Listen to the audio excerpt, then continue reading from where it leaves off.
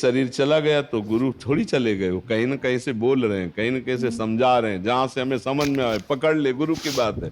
दत्तात्रेय जी महाराज ने वैश्या को भी गुरु बनाया।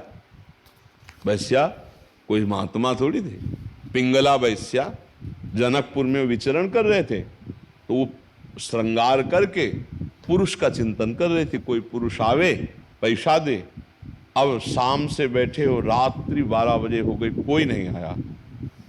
उसको बहुत घृणा हुई कि अरे मैं कितनी नीच हूं, भगवान मेरे हृदय में बैठे हैं, आज तक मैंने भगवान को नहीं पुकारा। इन संसारिक पुरुषों को कैसा घृणित कार्य।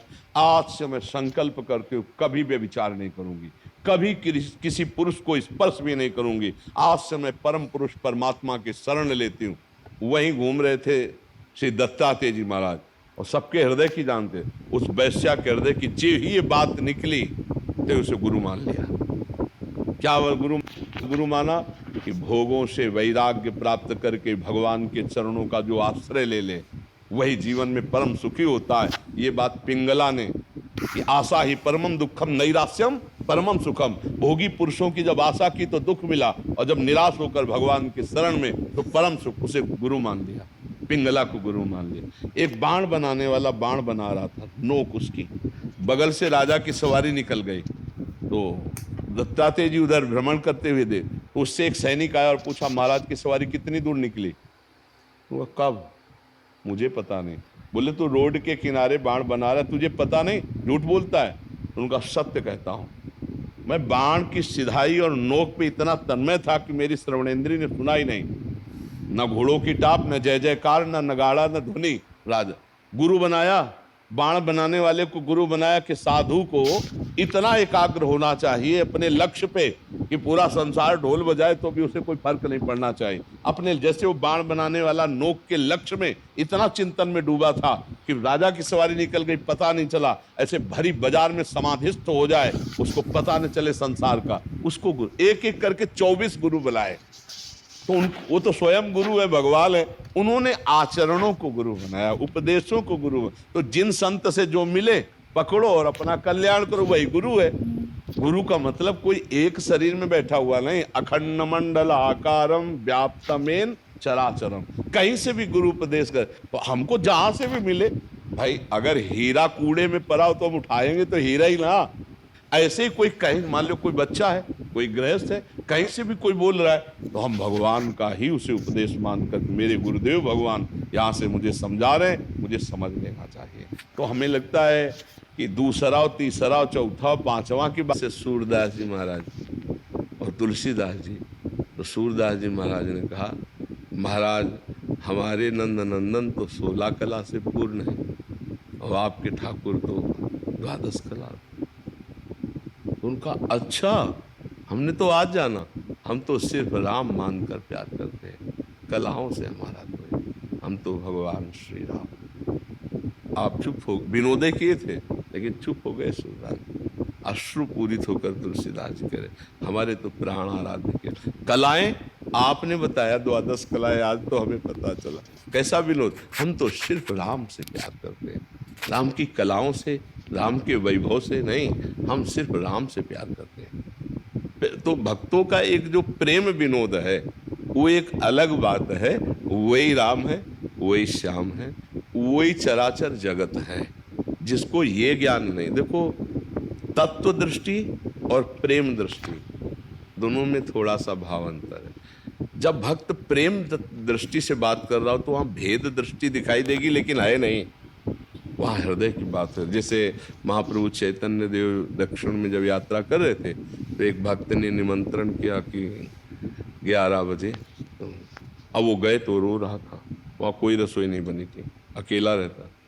महाप्रभु ने देखा, समझ गए, तो बहुत बड़े भाव। उन्होंने पूछा भाई आपने निमंत्रण दिया था रसोई, तो उन्होंने कहा कि रसोई कैसे बनावें, हमारी माता सिया जी को रावण ने छू कैसे लिया, और चिल्ला चिल्ला के रो। अब वो यहाँ से समझने वाला विषय नहीं रह गया, अब यहाँ का विषय वो भावावेश में है। ऐसा कैसे हो सकता है कि दुष्ट रावण, अपवित्र रावण हमारी माता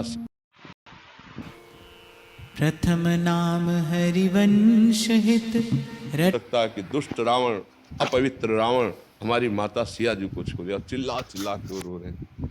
महाप्रभु चैतन्य देव ने समझाया, लेकिन उस समय भाव में एक जगह गए तो हस्तलिखित रामायण में कि सिया जी को भगवान ने पहले अग्नि में स्थापित किया और छाया सिया जी को फिर लीला के लिए। वो लौट के आए वहां और उसको हस्तलिखित पूर्व रखी थी, दिखाया कि देखो ये लिखा है। असली सिया जी तो अग्नि में विराजमान थे और जो छाया रूपी मायामयी सिया जी थी उसको रावण स्पर्श करके ऐसे, तब उनका भाव संबंध हुआ। तब तक वो भावावेश में। एक भक्त थे तो गीता जी को ऐसे लिए रो रहे थे। महाप्रभु चैतन्य देव जी ने देखा शायद कोई छवि रखी हो, देखा कुछ नहीं, बस गीता जी से। उनसे पूछा, भाई गीता में रोने वाली बात क्या? एक भाव प्रसंग हो तो है गीता में, आप क्यों रो रहे हैं? तो उनका, मैं देख रहा हूँ अखिल कोटि ब्रह्मांडों का ईश्वर अर्जुन के जहाँ जूते वहाँ सारथी बना बैठा है, कितना कृपा, और रोने लगे।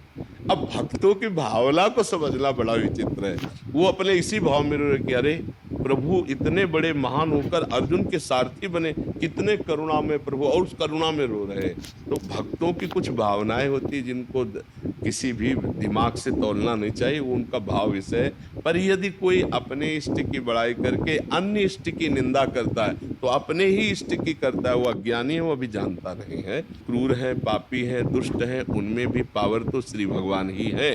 भक्त उनको देखता है, भगवान को ही देखता है। ये क्रूरा अपि पापिनो न च सताम संभाष्य दृष्टया से सर्वान वस्तुतया निरीक्ष, सर्वान वस्तुतया निरीक्ष।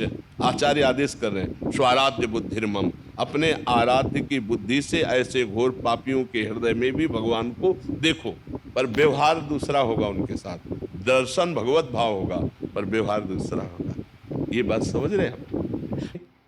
तो भगवान कभी प्रसन्न होंगे तुमको? क्या समझते? तुम्हारी पूजा से वो तुमने आदर ही नहीं किया। एक बार राधा बाबा गीता वाटिका में, तो यहाँ से वो घनश्याम ठाकुर गए हुए थे, बहुत बड़े महान संत भी हुए और रास करने में वो ठाकुर जी बनते थे, इसलिए उनको ठाकुर जी का, वो ऐसे अंगुली से लिख दिया ऐसे राधा रज में। बाबा वहां से निकले और बोले, ठाकुर तुम्हारे, अब इस पर किसी का पैर पड़ेगा तो सारे पुण्य नष्ट हो जाएंगे। बाबा बैठ के पूरी रज झाड़ झाड़ के ऐसे कर और फिर तुलसी के घेरा में डाला जहाँ बोले भूल कर भी जमीन में न रखना। देखो संत जन कितनी महिमा जानते हैं नाम की। अब वही नाम छपे हुए हैं कि रखना है, नाम जी है जप जागे जोगी, जबान पे रखना है, हृदय पे धारण करना है। प्रविश नगर की जय सब काजा और हृदय राख कौशलपुर।